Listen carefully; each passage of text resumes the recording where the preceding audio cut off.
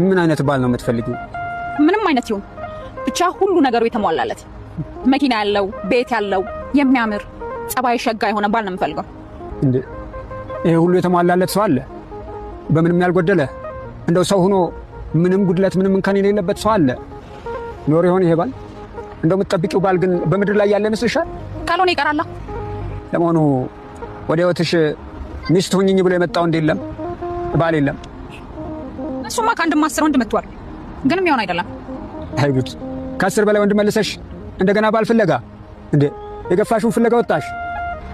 ይኸውልህ ባል ለመሆን የቤት ምሰሶ መሆን አለበት።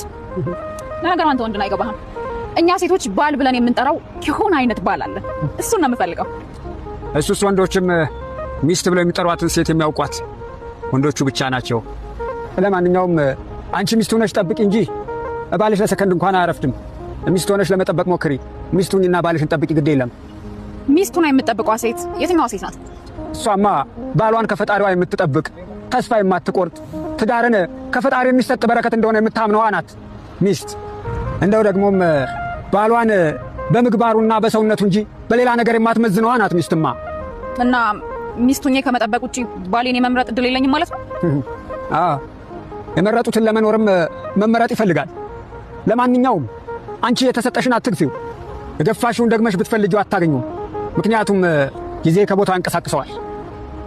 እሺ ባሌን የት ነው የማገኘው? አይነ ሁሉ እባክህ ንገረኝ፣ ደክሞኛል። ባልሽን ለማግኘት ግዴ ለምን ጥያቄሽን ራስሽ ላይ አድርገሽ ሂጂ። አዎ ጥያቄሽን ወደ ላይ አዙሪ።